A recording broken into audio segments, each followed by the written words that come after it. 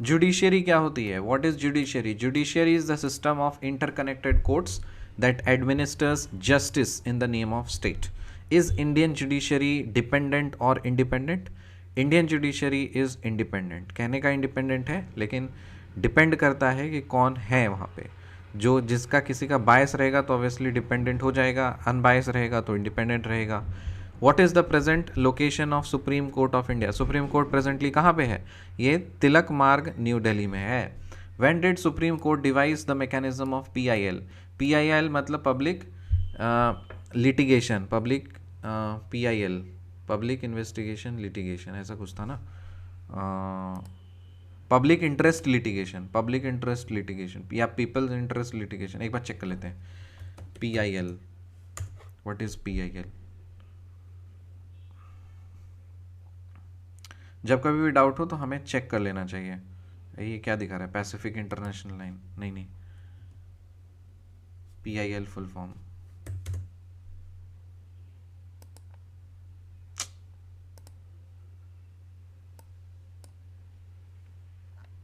अरे खोलो रे.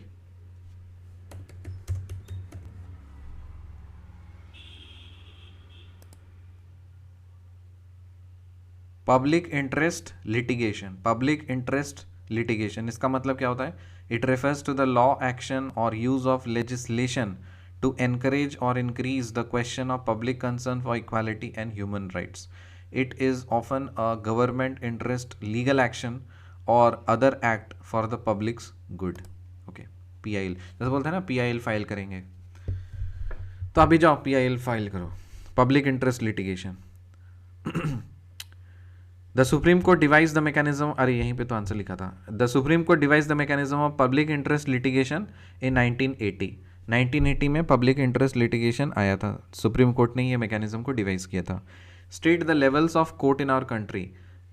देर are 3 different levels of courts in our country, है ना.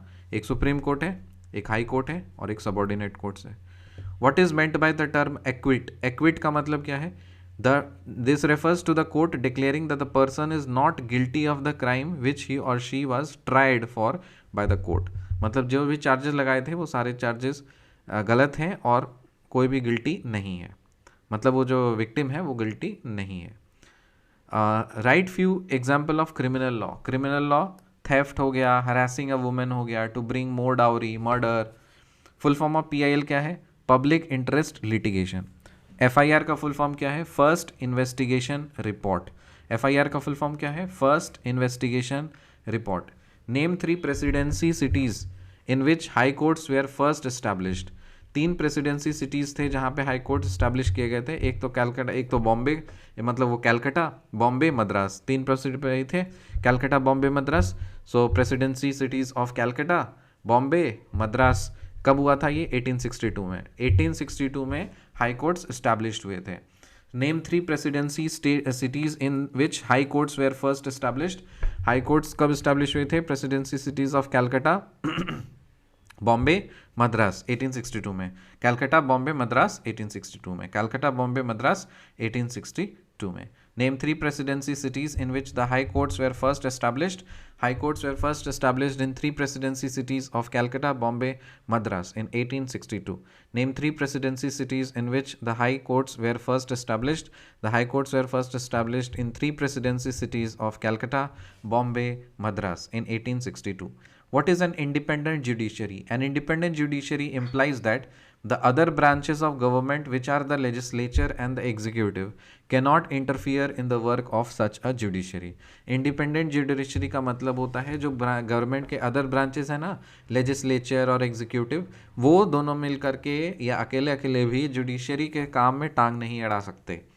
Which court is at the open level? Open level पे कौन सा कोर्ट है? Supreme court of India. Which is the apex court of any state? किसी भी स्टेट का apex court कौन सा है? High court. What is the meaning of integrated judicial system in respect to India? Integrated judicial system का मतलब क्या है? It means that the decisions made by higher courts are binding on the lower courts.